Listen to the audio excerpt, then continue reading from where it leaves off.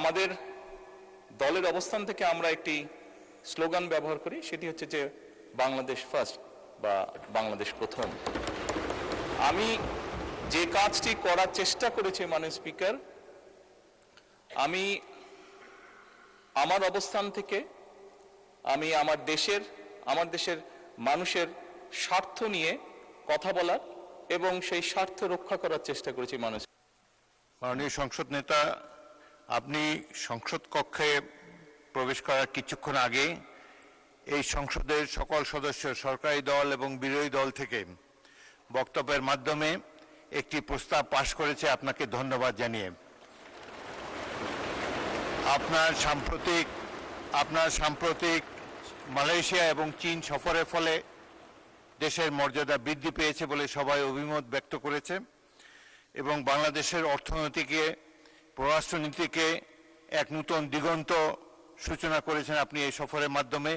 সেজন্য আপনাকে ধন্যবাদ জানাচ্ছি এই সংসদের পক্ষ থেকে। Welcome back to this parliament. আপনি কিছু বলতে চাচ্ছেন? জি মাননীয় স্পিকার, আমি কিছু কথা বলতে চাচ্ছি। বিসমিল্লাহির রহমানির রহিম। মাননীয় স্পিকার, যে বিষয়ের উপরে আমাকে ধন্যবাদ জানানো হয়েছে এই সংসদের পক্ষ থেকে, তার জন্য আমি আন্তরিকভাবে কৃতজ্ঞ এবং আন্তরিকভাবে সকল সদস্যকে ধন্যবাদ জানাচ্ছি। মাননীয় স্পিকার, এখানে মূল বিষয় এটি হচ্ছে যে বাংলাদেশের মানুষ আমাদেরকে দায়িত্ব দিয়েছে তাদের স্বার্থ দেখার জন্য। আমাদের দলের অবস্থান থেকে আমরা একটি স্লোগান ব্যবহার করি, সেটি হচ্ছে যে বাংলাদেশ ফার্স্ট বা বাংলাদেশ প্রথম।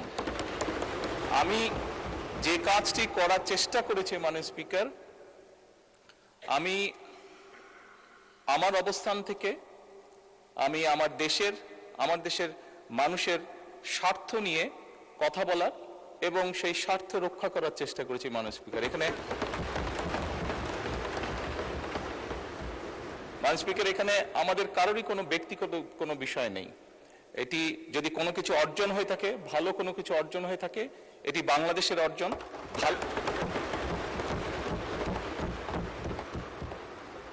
এই সফরের মাধ্যমে যদি দেশের মানুষের কোনো অর্জন হয়ে থাকে, সেটি এই দেশের মানুষের অর্জন মাননীয় স্পিকার।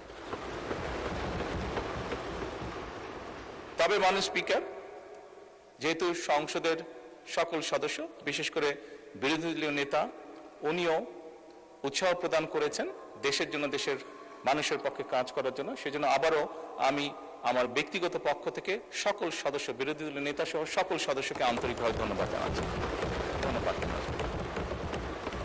ধন্যবাদ মাননীয় সংসদ নেতা।